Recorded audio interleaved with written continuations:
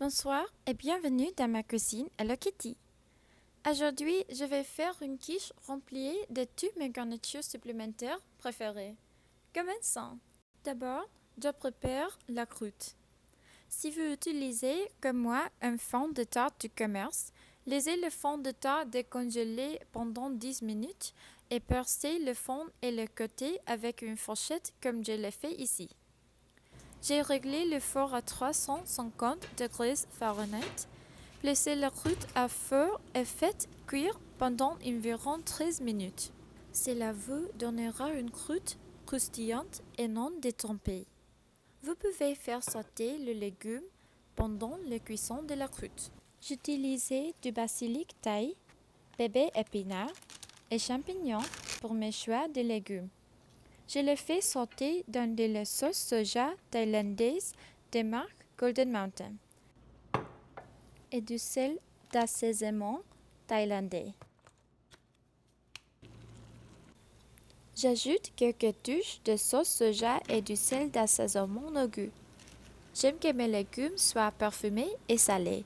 J'en ajoute donc une bonne quantité car je n'ajouterai pas de sel d'assaisonnement supplémentaire ou de sauce soja aux œufs plus tard, pour éviter qu'il ne soit trop salé.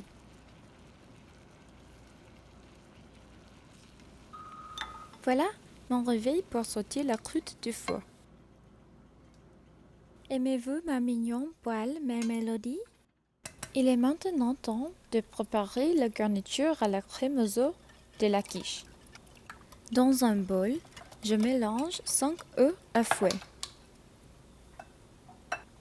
Ensuite, j'ajoute une tasse de lait moitié-moitié. Mélangez les œufs et le lait. Puis, j'ajoute du fromage et je mélange.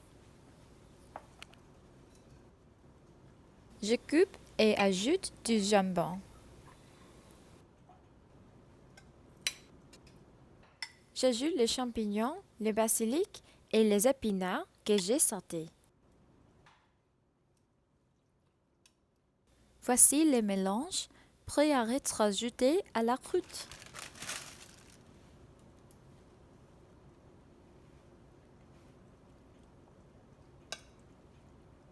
Ça a l'air plutôt bien. Bien sûr, prends des photos de ton triomphe. Maintenant, la quiche est prête à aller dans le four, qui a maintenant été préchauffé à 350 degrés Fahrenheit. Après environ 45 minutes, vérifiez la quiche en plantant une brochette au milieu. Si elle ressort sèche, comme la mienne, votre quiche est prête. Si elle est encore humide, la quiche a besoin de plus de temps pour cuire et vous pouvez vérifier à nouveau dans 5 minutes. Voilà, la quiche est sortie du four. Ça sent tellement bon et ça a l'air parfait. Alors, prenons un pas. Tadani.